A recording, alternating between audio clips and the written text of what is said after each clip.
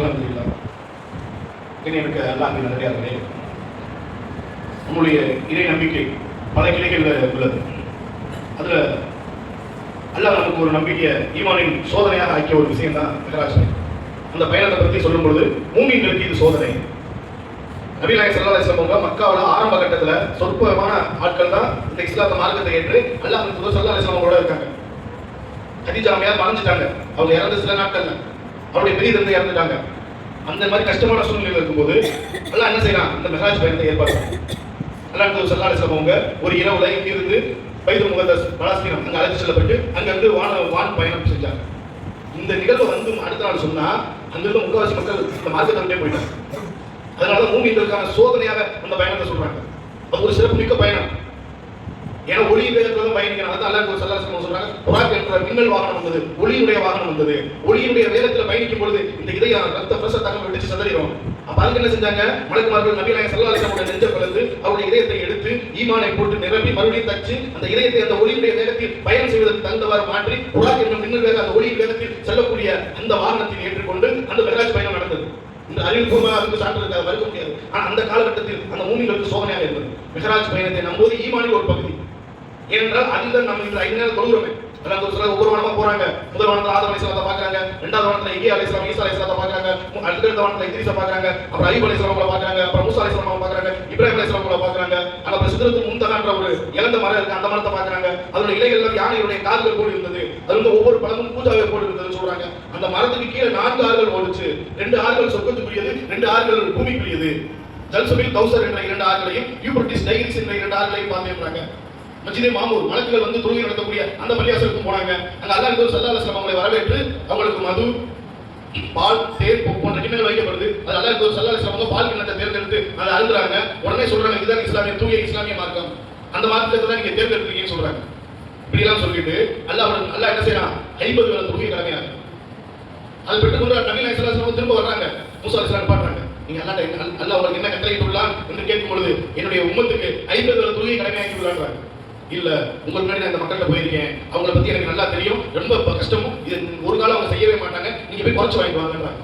திரும்ப அல்லாஹ்ட்ட போறாங்க, அல்லாஹ் 40 ஆக்கி தர்றான். திரும்ப வர்றாங்க, அதே மூசா அலைஹிஸ்ஸலாம் இருக்காங்க, இல்ல இதுவும் அவங்க செய்ய மாட்டாங்க. மறுபடியும் போறாங்க, 30 ஆக்கிட்டு வர்றாங்க.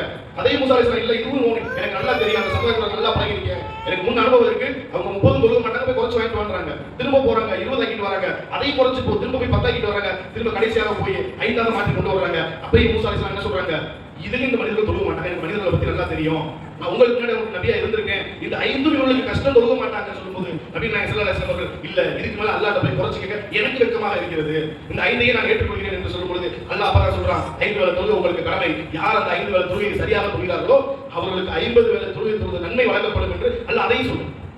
அப்ப மிஹ்ராஜ் பயணம் என்பது நம்முடைய ஈமானுடைய ஒரு பகுதி, அதை நம்பணும். அதிலிருந்து நாம் பெறக்கூடிய படிப்பினை என்ன, மூசா அலைஹிஸ்ஸலாம் சொன்னாங்களா இல்லையா, இந்த மனுஷங்க 50 தொழுக மாட்டாங்க, 5 தொழுக மாட்டாங்க. ஆனாலும் அல்லாஹ் ஸல்லல்லாஹு அலைஹி வஸல்லம் அவர்கள் இதுக்கு மேல அல்லாஹ்ட்ட கேட்க வெட்கமா இருக்குன்னு சொல்லி அந்த 5 நம்ம கடமையாக்கிட்டாங்க இல்லையா. அப்ப மிஹ்ராஜ் பயணத்தை உணர்ந்தவர்களாக அதிலிருந்து நாம் பெறக்கூடிய படிப்பினை, அந்த கடமையை, அந்த தொழுகை என்ற கடமையை நாம் சரிவர நிறைவேற்ற வேண்டும் என்ற படிப்பினை அதிலிருந்து நாம பெறணுமா, இல்ல அந்த நாளில் சிறப்பு கொண்டாட்டம், மிஹ்ராஜ் இரவுக்கு சிறப்பு தொழுகை எல்லா பக்கம் அறிவிச்சு நடத்துறாங்களே, 5 வேளை தொழுகை கடமையாக்கின அந்த மிஹ்ராஜ் இரவுக்கு வரக்கூடிய மக்கள் அந்த மகரிபில் எங்க போறாங்க, அதுக்கு முன்னாடி அசர்ல எங்க போறாங்க? அந்த மிஹ்ராஜ் பயணத்திலிருந்து நாம் பெறக்கூடிய படிப்பினை என்பது 50 வேளை தொழுகை நமக்கு 5 வேளையாக மாற்றி இருக்கிறார்கள், அதையாவது நாம் சரிவர தொழுது அல்லாஹ்வுக்கு நன்றி உள்ள அடியானாக மாற வேண்டும் என்ற படிப்பினை பெறணுமா, அல்லது அல்லாஹ்வும் அல்லாஹ்வுடைய தூதரும் காட்டி தராத மார்க்கத்தில் புதிதாக நுழைக்கப்பட்ட இந்த மிஹ்ராஜ் இரவு என்ற வணக்கத்தை செய்து அல்லாஹ்வுடைய சாபத்துக்கும் பாவத்துக்கும் ஆளாகணுமா? என்னப்பா அது தொழுதோ பாவம், தொழுகிறது தப்பா, தொழுகிறது தடுக்கலாமான்னு கேட்கிறாங்களே. இப்ப சும்மா 2 ரக்காயத்து அதனால தொழுகலாமா, நன்மை தானே, தொழுகுதானே. ஃபஜர் 2 ரக்காயத்து அதனால தொழுகலாமா, நன்மை தானே, அதை போய் ஏன் குறைக்கிறீங்க, நாளை தொழுதுன்னு சொல்ல முடியுமா? வணக்க வழிபாடுகள் என்பது அல்லாஹ்வுடைய சட்டம், அதில் கை வைக்க யாருக்கும் உரிமை இல்லை. சும்மா முதல்ல சொன்னாங்க, புதிதாக ஏற்படுத்தப்பட்ட ஒவ்வொன்றும் வழிகேடு, ஒவ்வொரு வழிகேடும் நம்ம நரகில் கொண்டு போய் சேர்க்கும். அப்ப இன்று மிஹ்ராஜ் இரவு என்ற பெயர் இந்த மக்கள் செய்யக்கூடியது நரகத்தில் கொண்டு போய் சேர்க்கும் செய்யாது, அதை நன்மை என்று நினைச்சு செய்வாங்க. இதனால் நன்மை கிடைக்கும் என்று நினைத்து இந்த மக்கள் செய்கிறார்கள். ஆனால் மாறாக இது அல்லாஹ்வுடைய சாபத்துக்குரியது, அல்லாஹ்வுடைய கோபத்துக்கு உள்ளது. இந்த மார்க்கத்தை நான் முழுமைப்படுத்தி விட்டேன் அல்லாஹ் சொல்றான். அல்லாஹ் ஸல்லல்லாஹு அலைஹி வஸல்லம் ஹஜ்ஜத்துல் வதாவுல எனக்கு அறிவித்த அனைத்து நான் உங்களுக்கு சொல்லிவிட்டேனா என்று அந்த மக்களை பார்த்து கேட்கிறாங்க. சொல்லிவிட்டீங்க யா ரசூலுல்லாஹ்ன்றாங்க. 3 முறை கேட்டுட்டு இதுதான் மார்க்கம் பரிபூர்ணமாகிவிட்டது, இதுல இருந்து ஒன்ன குறைக்க முடியாது, ஒன்ன கூட்ட முடியாதுன்னு சீல் பண்ணிட்டாங்க. இப்போ இல்ல, அல்லாஹ்வுக்கு தெரியல, அல்லாஹ்வுடைய தூதருக்கு தெரியல, மிஹ்ராஜ் இரவுக்கு வணக்கம். என்று ஒரு புதிய வணக்கத்தை ஏற்படுத்தி அன்றைய நாளில் ஒரு சிறப்பை ஏற்படுத்தி அன்றைய நாளில் சிறப்பு தொழுகை ஏற்படுத்தி அன்றைய நாளில் நோன்பு நோக்கக்கூடிய இந்த செயல் அல்லாஹ்வும் அல்லாஹ்வுடைய தூதர் கற்றுத் தந்ததா? அல்லாஹ்வும் அல்லாஹ்வுடைய தூதர் கற்றுத்தராத ஒரு வணக்க வழிபாடுகளை செய்தால் அது நிராகரிக்கப்பட்டுவிடும். அல்லாஹ்வுக்கு கோபத்தை ஏற்படுத்தும். அல்லாஹ்வுக்கு விருப்பமான அடியானாக மாறுவதை விட்டு அல்லாஹ்வுடைய கோபத்துக்குரிய அடியானாக நரகத்தில் கொண்டு போய் சேர்க்கக்கூடிய அந்த செயல் தான் மெஹராஜ் இரவு. மெஹராஜ் இரவுன்னு சொல்றீங்க, அதை ஒட்டு உலகம் உள்ள உள்ள முஸ்லிம்கள் கொண்டாடணுமா இல்லையா?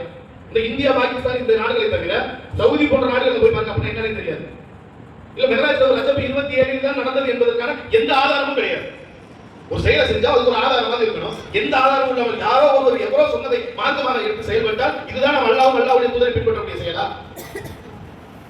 அந்த நாளை நாம் அந்த அந்த பயணத்தை எடுத்துக்கொண்டு அதிலிருந்து நாம் பெறக்கூடிய படிப்பினை நம்முடைய 5 வேளை தொழுகை சரிவர அமைத்து அதை சரியாக தொழுது அல்லாஹ் விருப்பமான நல்லடியாக நாம் மாற வேண்டும் என்ற படிப்பினை ஏற்பதா? இல்ல நாங்கள் அந்த நாளில் கறி எடுத்து சமைச்சு சாப்பிட்டு நைட்டு பூரா தொழுது நோன்பு வைக்க போறோம்.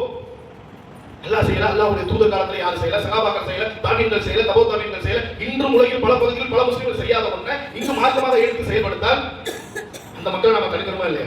நன்மை ஏறி தீமையை தடுக்கிறவங்க தானே அல்லாஹ்வுடைய அருள் கிடைக்கக்கூடியவர்கள். ஒருத்தர் உற்ற நண்பர், நம்முடைய நண்பர்கள், நம்முடைய தோழிகள், நம்முடைய அண்டை வீட்டுக்காரர்கள், நம்முடைய உறவினர்கள் இன்று இந்த பாவமான அல்லாஹ்வுக்கும் அல்லாஹ்வுடைய தூதருக்கும் மாற்றமான வழிகேட்டான அந்த காரியத்தை நரகத்தில் கொண்டு போய் சேர்க்கக்கூடிய அந்த காரியத்தை நிறைவேற்ற போனால் அதை செய்ய விடாமல் தடுக்கிறோமா இல்லையா? நம்ம எத்தனை அதை செய்ய இருக்கிறோம்? நம்முடைய நண்பன் மார்க்கத்தில் தான் நம்ம இருக்கிறோம். இன்னைக்கு தொழுவு போய் எல்லாமே நம்முடைய உறவினர்கள், நம்முடைய நண்பர்கள், நம்முடைய அண்டை வீட்டுக்காரர்கள். அப்ப அவங்களுக்கு சொல்ல வேண்டிய கடமையும் பொறுப்பு நமக்கு இருக்கா இல்லையா? அவர்களும் நாளைக்கு மறுமையில் நம்மளோட சொர்க்கத்துக்கு வரணும். அல்லாஹ்வுடைய கோபத்துக்கும் சாபத்துக்கும் அவர்கள் ஆளாகிவிடக்கூடாது. அல்லாஹ்வுடைய தூதர் காட்டி தராத ஒரு வழியை மார்க்கமாக பின்பற்றுவது தவறு என்பதை ஓங்கி உரத்து சொல்ல வேண்டும். அவ்வாறு சொல்லக்கூடிய நன்மக்களாக அல்லாஹ் நம் அனைவரையும் ஆக்கி அருள் புரிவானாக. வாஹித் அல்ஹம்துலில்லாஹி ரப்பில் ஆலமீன்.